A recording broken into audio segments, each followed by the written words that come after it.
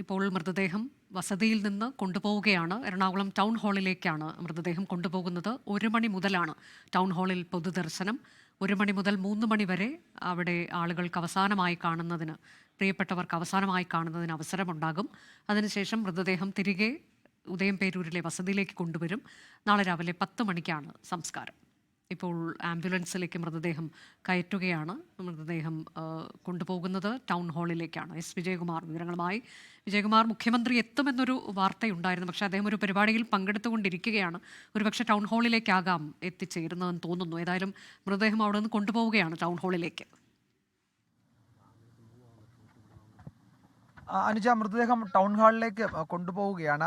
കാരണം ടൗൺ ഹാളിൽ ഇനി 3 മണി വരെയാണ് സമയം ക്രമീകരിച്ചിരിക്കുന്നത്. അത് കുറച്ചുകൂടി മുന്നോട്ട് പോയാലും അതിനപ്പുറത്തേക്ക് ഒരു 4 മണിക്കൊക്കെ അപ്പുറത്തേക്ക് എന്തായാലും ടൗൺ ഹാളിലേക്ക് മൃതദേഹം അവിടെ സൂക്ഷിക്കില്ല. അതിനുശേഷം തിരികെ ഇങ്ങോട്ട് തന്നെ ഉദയംപേരൂരിലേക്ക് തന്നെ, വീട്ടിലേക്ക് തന്നെ കൊണ്ടുവരും. അതുകൊണ്ട് 12 മണി എന്നായിരുന്നു നേരത്തെ പറഞ്ഞത്. ഇപ്പോൾ 12 മണി കഴിഞ്ഞു. മൃതദേഹം ആംബുലൻസിലേക്ക് കയറ്റിയിട്ടുണ്ട്. അല്പസമയത്തിനകം ഇവിടെ നിന്ന് വേണമെങ്കിൽ ഒരു വിലാപയാത്ര എന്ന് വേണമെങ്കിൽ പറയാം, അത് ടൗൺ ഹാളിലേക്ക് പുറപ്പെടും.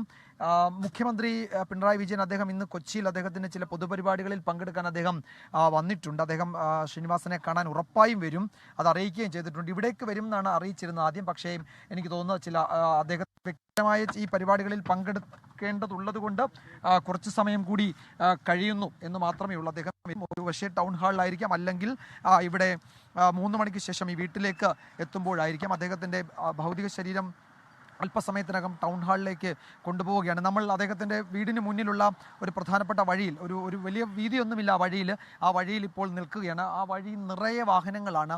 അദ്ദേഹത്തെ കാണാനായി പോകുന്നവരുടെ വലിയ തിരക്കാണ് ഇപ്പോഴും. ഈ നാട്ടുകാർ മുഴുവൻ, ഈ ഉദയംപേരൂരിലെ നാട്ടുകാർ, ഈ പരിസര പ്രദേശങ്ങളിലുള്ള മുഴുവൻ ആളുകളും ഇവിടേക്ക് എത്തിക്കൊണ്ടിരിക്കുകയാണ്. ലോകത്തെവിടെയായാലും ഏത് സമയത്തും 24 വാർത്തകളും ഓഗ്മെന്റഡ് റിയാലിറ്റി പാക്കേജുകളും എക്സ്പ്ലെയിനറുകളും വിശദമായി കാണാൻ ഞങ്ങളുടെ യൂട്യൂബ് ചാനൽ നിങ്ങൾക്ക് സബ്സ്ക്രൈബ് ചെയ്യാം.